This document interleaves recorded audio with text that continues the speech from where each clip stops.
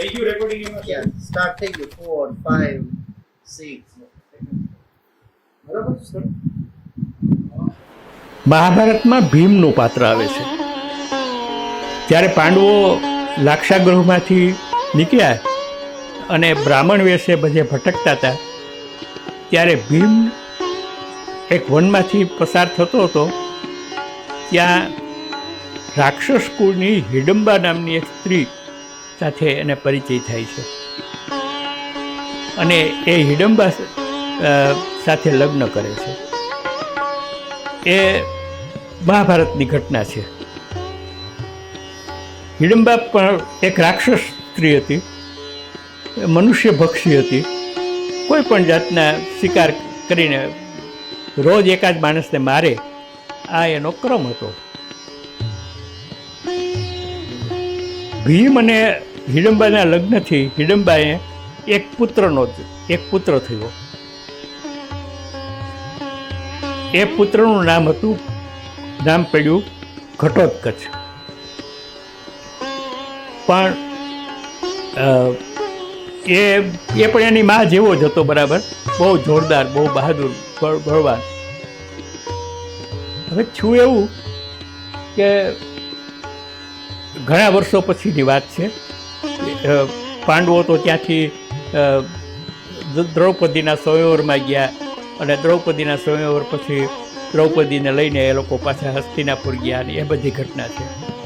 ઘટોત્કચ મોટો થવા માંડ્યો અને એ વખતે ભીમ શસ્ત્રો લેવા માટે જંગલમાં જતો હતો અને એ ફરતો હતો. એ બાજુ એને ખબર નહોતી કે અહીં હિડમ્બા અહીંયા છે. એણે તો લગ્ન કરીને એક સંતાન થઈને એને છોડી દીધેલી પછી, અને રાક્ષસ સમાજમાં આવું બહુ સામાન્ય હતું.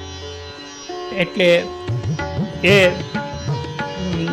ઘટોત્કચને કંઈ ખબર નહોતી કે બાપ કોણ છે કે એવું કાંઈ એને હતું જ નહીં કાંઈ. તો એ હિડમ્બાએ એક દિવસ 11નો ઉપવાસ કર્યો. એટલે બીજે દિવસે સવારમાં એને ભૂખ લાગી. એટલે એણે ઘટોત્કચને કીધું કે જા કોઈક માણસને પકડી આવ્યું, કાલ આખા દિવસ મેં કંઈ ખાધું નથી, મને ભૂખ લાગી છે. એટલે ઘટોત્કચ નીકળી પડ્યો. ત્યાં એક નદી કિનારે એક બ્રાહ્મણ પતિ પત્ની અને એના 3 સંતાનો એ પસાર થઈ રહ્યા હતા. અને એણે બ્રાહ્મણ હતા અને રાજા પાસે ભીખ માગવા માટે જતા હતા. બહુ ગરીબ હતા એટલે દાન મેળવવા માટે જતા હતા. અને એ નદીમાં સ્નાન કરતા હતા અને આ ઘટોત્કચ ત્યાં ગયો.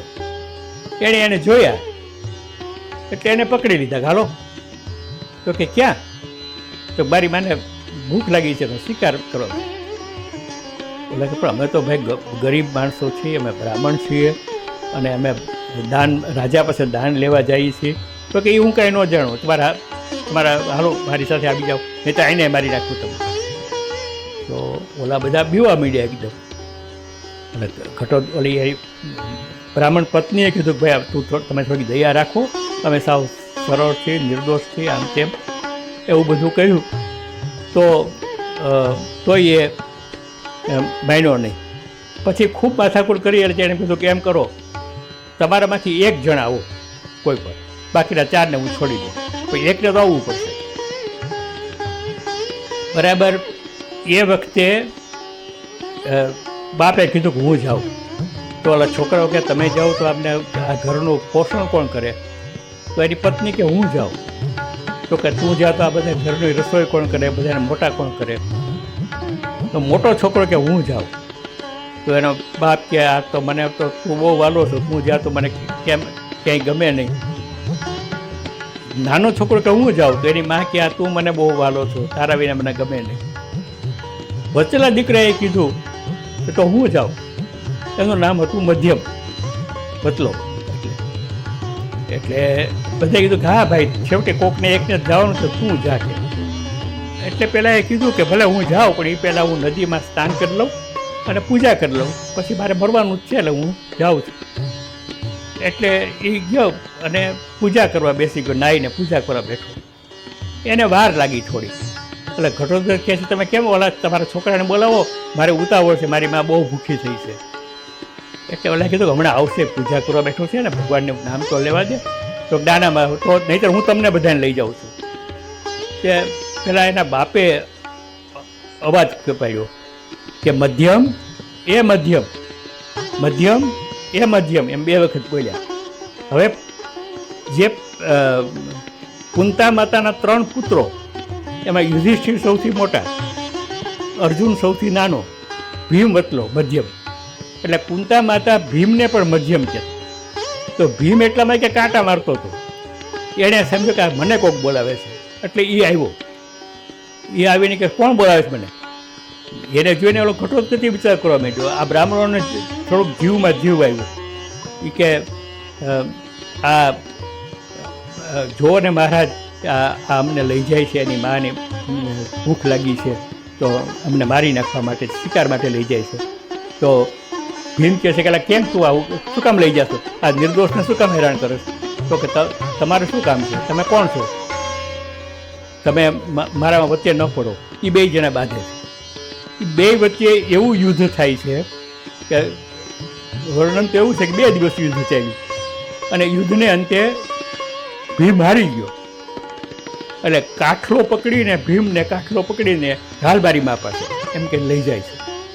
ઓલા બ્રાહ્મણ કુટુંબ પણ જાય, ભાઈ એ તો અમારી મદદ કરવા આવ્યો છે, તમે એને કાં પકડી જાઓ? કે એ એની પાસે જાય છે. અને જઈને એ ડેલીની બહારથી પણ માં, જો તારા માટે કેટલા બધા શિકાર લઈ આવ્યો છે. એ હિડમ્બા જોઈને કે તું કોને પકડી આવ્યો? આ તો તારો બાપ છે. કે તો કે લે, એ તો મને ખબર, મને ક્યાં ખબર છે કે મારો બાપ છે? પછી હિડમ્બાએ એને માફ કર્યું, બ્રાહ્મણ કુટુંબને પણ છોડી દીધું, અને ઘટોત્કચને કીધું તું કે બીજો શિકાર ગોતી આવી, આ લોકોને આપણે છોડી દઈએ. અને ભીમ એને બચાવી લીધા, અને ભીમ પાછો પોતાના સ્વસ્થાને જતો રહ્યો. આ ઘટોત્કચ મહાભારતના યુદ્ધમાં બહુ મહત્ત્વનું કામ કરે છે, કારણ કે એટલું બધી તાકાત હતી એનામાં કે દુશ્મનો એનાથી ત્રાસ પામતા હતા. અને હકીકત એવી હતી કે કૌરવ સેનામાં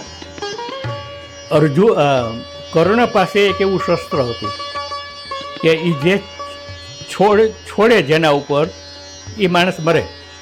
પણ એ શસ્ત્રનું શરત એ હતી કે એક જ વખત એ શસ્ત્રનો ઉપયોગ થાય, એને એકઘ્ની શસ્ત્ર કહેવાય.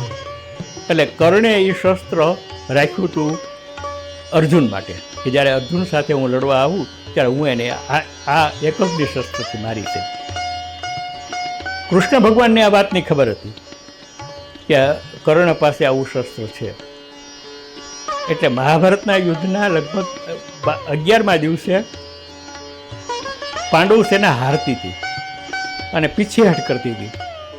ત્યારે કૃષ્ણે ઘટોત્કચને કીધું કે ઘટોત્કચ જોતો ખરો, આપણી સેના હારે છે, તું તારા જેવો બહાદુર હોય અને આવું થાય, તું આવું મદદમાં, તું કૂદી પડ. અને ભયંકર ચીસ નાખીને ઘટોત્કચ કૂદ્યો, અને એટલા બધો સંહાર એણે કર્યો કે કૌરવોને, દુર્યોધનને એમ લાગ્યું કે આજે જ યુદ્ધ પૂરું થઈ જશે, આજે જ આપણે હારી જશું. એટલે એણે કર્ણને, કૃષ્ણ ભગવાન મોટેથી બોલ્યા કે કોઈનામાં ત્રેવડ હોય તો મારો ને ઘટોત્કચને, બહુ મોટી વાતો કરો છો કે મારી પાસે એકઘ્ની શસ્ત્ર છે કે આમ છે. એટલે દુર્યોધને કર્ણને કીધું કે ઓલું એકઘ્ની શસ્ત્ર છે ને એ આના ઉપર વાપર, નહીંતર આજે જ આપણું યુદ્ધ પૂરું થઈ જશે. કર્ણે ઘણી ના પાડી, મેં એ અર્જુન માટે રાખ્યું છે. દુર્યોધને હઠ કરી અને એકઘ્ની શસ્ત્રનો પ્રયોગ કર્યો અને ઘટોત્કચ પડ્યો, મર્યો. મહાભારતમાં એવું લખ્યું છે કે આખી પાંડવ સેના દુઃખી થઈ ગઈ, ભગવાન કૃષ્ણ પ્રસન્ન હતા, અને આખી કૌરવ સેના ખુશ થઈ હતી, કર્ણ રડતો હતો. આ ઘટોત્કચની વાત છે, અને એ સંસ્કૃતમાં મધ્યમ નામનું નાટક છે, એને આધારે